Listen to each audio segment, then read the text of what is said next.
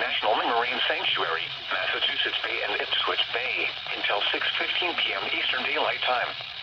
At 5:21 p.m. Eastern Daylight Time, a strong thunderstorm was located over Winton, or near Boston, moving northeast at 25. Small craft could be damaged in briefly higher winds and suddenly higher waves.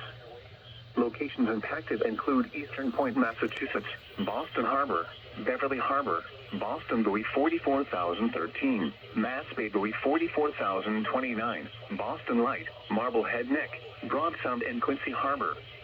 Move to safe harbor until hazardous weather passes. Frequent lightning is occurring with this storm. If caught on the open water, stay below deck if possible. Keep away from ungrounded metal objects.